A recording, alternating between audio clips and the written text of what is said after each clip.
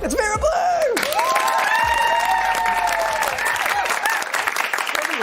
Thank you for having me. Congrats on the album and everything, but congrats on your voice. Thank you. What a voice. And Thank you. I've always wondered with people who can sing like that, how early in your life do you realise you're really, really, really good? Like, can you do it in the cradle? What happened?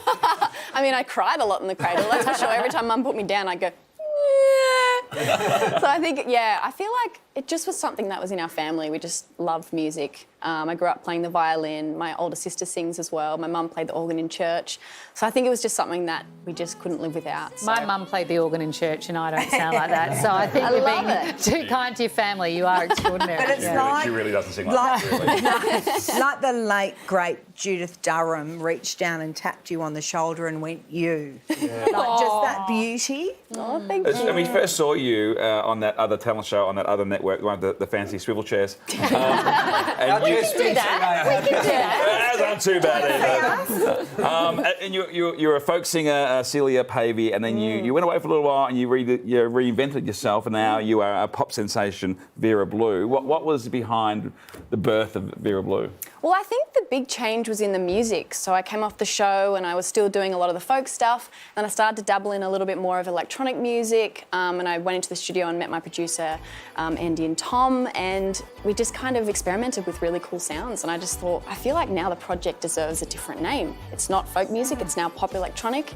So yeah, that's where Vera Blue was born. And you've got a new album out. One of the tracks on it's called Feel Better, which sounds like this sort of upbeat track, but it's actually about your quarter-life crisis. Is that right? What happened? Yeah, well, the whole album basically has these kind of melancholy moments where I'm talking about mental health, or I'm talking about falling in love. So it's got all these different colours, but this song in particular was pretty much about kind of going through a phase where I felt like I was making mistakes, or I wanted to just do crazy things to feel better or kind of feel alive. So it's kind of this really, upbeat pop song, but it also has those moments where I'm like, oh my gosh, I feel like I'm struggling. So there was a lot of that on the album. It's weird people seeing like really dancing to it. That song when the lyrics are quite full on. It's like when you go to a wedding and they're dancing to. I still haven't found what I'm looking for. That kind of weird vibe. It is interesting.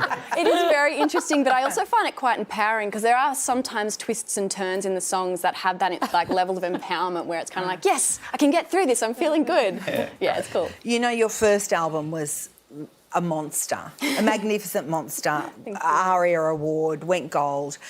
Do you feel the pressure when you come into a second album with that? 100%. I feel like a lot of artists will feel like this because you've created something that so many people have connected to and you feel like you've said everything you need to say. Then you go into the new phase and you're like, I don't know what I'm supposed to say. But I guess I started to feel the comfort in talking about different emotions like mental health and falling in love, or kind of talking about things that were other than like heartbreak. So I found it really interesting.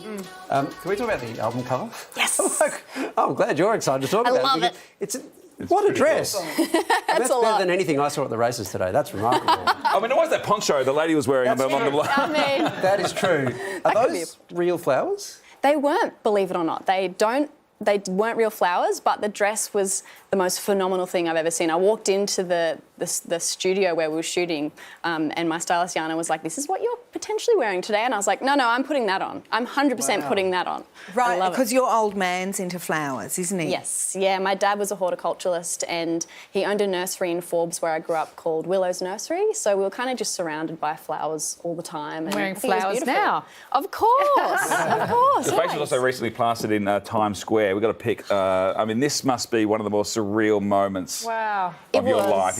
Is that the most pinch yourself moment you've had? It was really wild. I still feel like I haven't come to terms with it. Like, we have some friends over there that walk past and they're just like, isn't that just old mate? Old mate we know? Like, it was a really wild feeling. They're missing the flowers. They cinched you in so much, they've missed the big flowers. There were a couple. There were a couple of flowers just along here. A couple of little numbers. Yeah. I hope you get to see it yourself. Yeah, I mean, one day I'll be there and I'll go, it's me, old mate. Well, Old Mate's album, Mercurial, is out now. You can head to our website for all the details on her national tour. But in the meantime, would you please thank Vera Blue?